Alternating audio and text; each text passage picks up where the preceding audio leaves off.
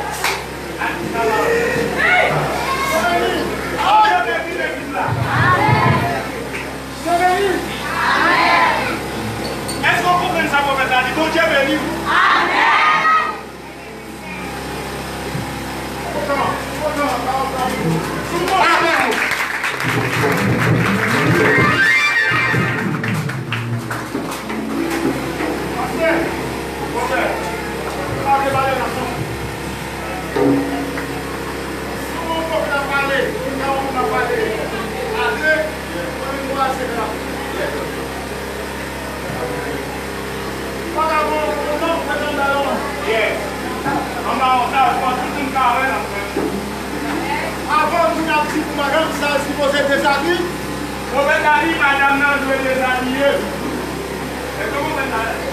Amen. Madame, vous êtes déshabillé, madame, vous êtes général.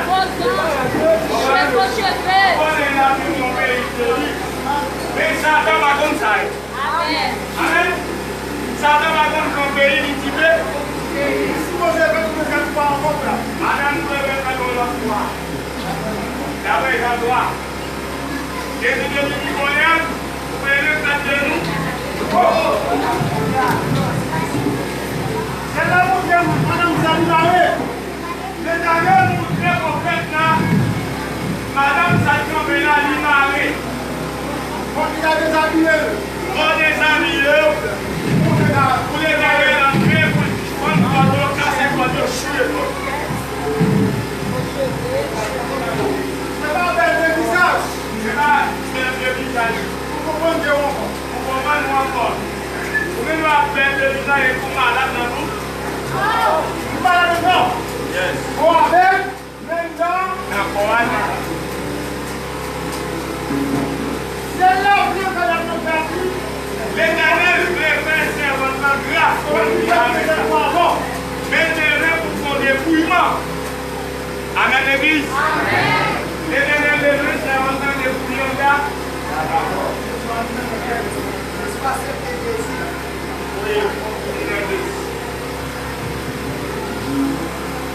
C'est là où il y a aussi vos plongés dans le sang.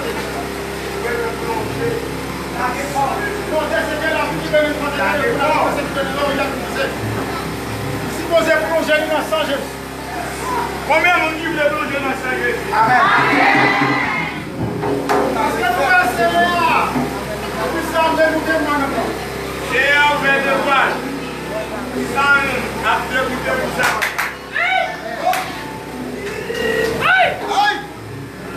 C'est là où témoin que Jésus est là. L'Éternel, vous voulez vous mettre là. Jésus est en blanc. Et lui est là.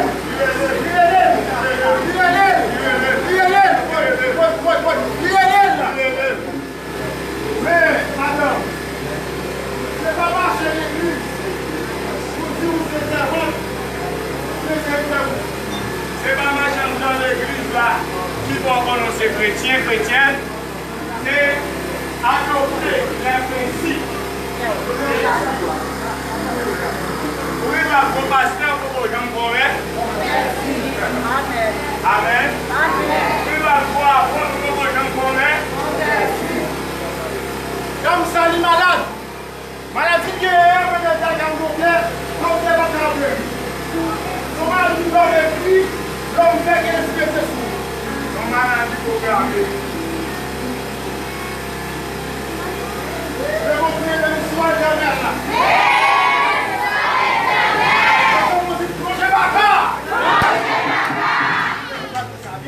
Madame Sarah, prophète. Vous m'avez comment voir. Comment vous avez le problème? Il vous rencontre des mille comme ça. C'est vrai. Combien vous dites quoi les animaux? C'est pas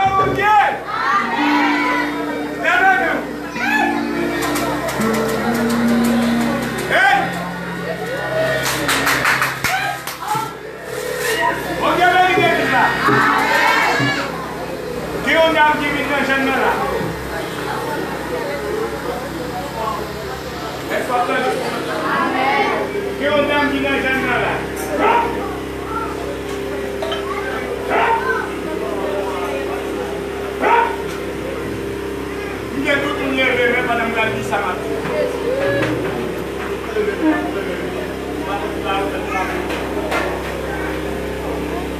Dieu a amené ça dans ton réflexion.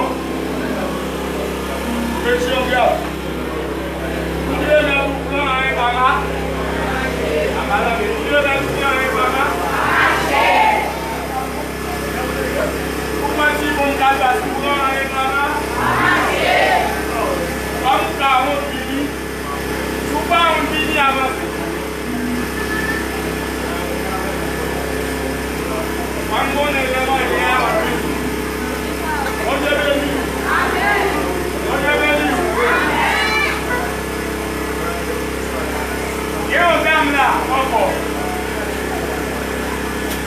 Là, on est dans mon tout.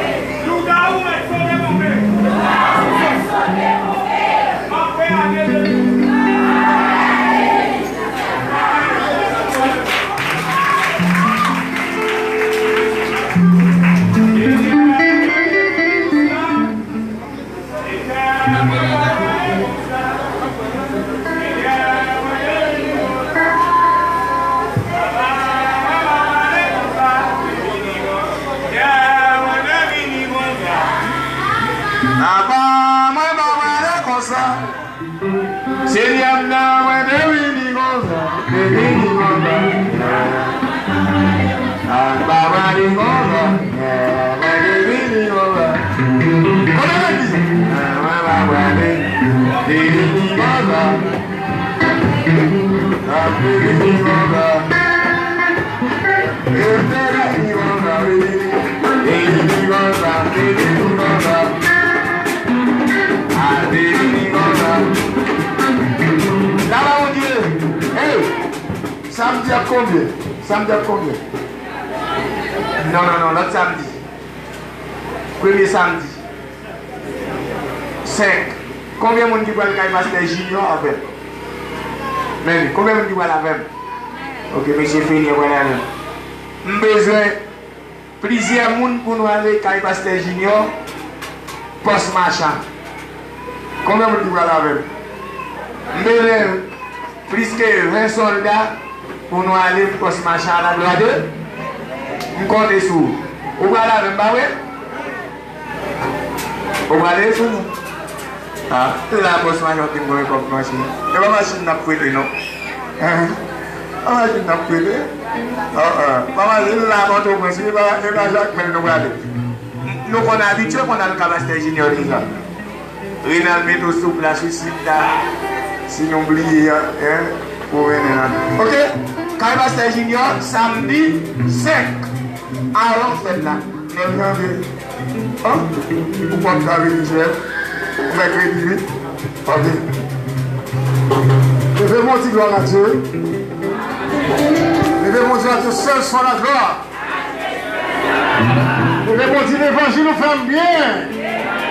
Et voilà, dis l'évangile nous fait bien. Alors, la vie est très facile. C'est poste marchand numéro 165. Parce que ça a vu ce déjà. Et là, c'est pour la communauté. Alors, nous allons inviter tout le monde, ensemble avec le pasteur Isaac, venir avec lui pour nous finir ce samedi 7 à la gloire de Dieu. C'est là pour témoin, partir à la zone chargée malfaitée.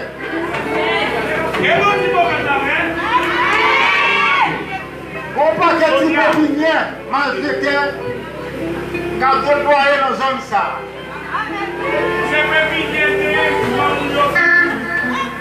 Bon paquet de pépinières malfaitées qui a déployé dans la zone ça. Moun qu'on pas ta pensée, c'est eux qui l'ont chapelle.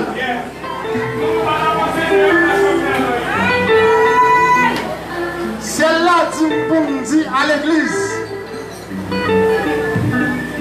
C'est pour nous prier et puis veiller. Moun qu'on pas penser, c'est eux qui l'ont chapelle. Là parfois, l'on pense bien à pied sous mon nom. Et pourtant, mon nom, la sous-séo. La sous-séo. La sous-séo. Celle-là, dit pour me dire encore. Prier et puis. C'est remettre l'église là, ici, là. Tout le monde qui vient dans la ici, là. Pas que tout le monde qui parle ici à mal, pour parler mal tout. Parce que là, si on a parlé ici à mal, c'est pour aller envoyer un monde parce que ici c'est sous-souillé. Vous comprenez ça, là? Ici c'est sous-pour. Les malades, c'est là pour venir. L'eau soif, l'eau, c'est là pour venir. C'est là pour témoigner. Ici, ils sont sous. Parce que là, ici, ils sont sous. Il ne faut pas faire cette soif à personne. Tout le monde qui soif, vient ici, on a besoin de l'eau. Ouais. Parce que là, si vous êtes malade, venez ici, on a guéri. Chaque captivité, venez ici, et venez crier même sur moi l'éternel. Les seuls vont dire, logez ma carte. Les seuls vont dire, Si plongé diable. Si plongé diable. Chaque monde peut en est. Chaque monde peut. Mettez en basel, mon Dieu. Mettez en basel. Dans Somme 91, verset 1 dit, c'est lui qui demeure sur la boue du terreau, repose à l'homme du Tout-Puissant. Mettez en basel, mon Dieu. Pas courir. Pas que des personnes qui nous disent ici à Baron. Parce que là, pas que des personnes qui nous disent ici à Baron. Non. Depuis tout ça. Aïe, aïe. Parce qu'il y a un paquet de petits monde qui a fait complot avec les combinaisons pour ici à Blanc. Regardez. Regardez. Si ici à dépendre sous sable, là ici c'est pas déjà. Parce que là, si ici à dépendre sous sable, là ici c'est pas déjà. Parfois même monde qui vient ici encore, c'est eux qui me mettent à aller voter venir. Nous coupons les ailes là, regardez mon courage. Jésus là, voulez pas vouloir en passer, quand même. Ça pour ces voyants, ça, quand même. Ça n'est pas découragé. Qui ça veut? Et nous demandons Maman Timonio, femme enceinte, tu as acheté l'huile sainte. Demain soir, nous allons dans 20 aiguilles. Mon qui a un problème, montez en l'air avec le main pour prier pour nous. À la gloire de Dieu. Yes. Oubliez samedi 5 janvier, si Dieu veut. Nous allons aller à pasteur.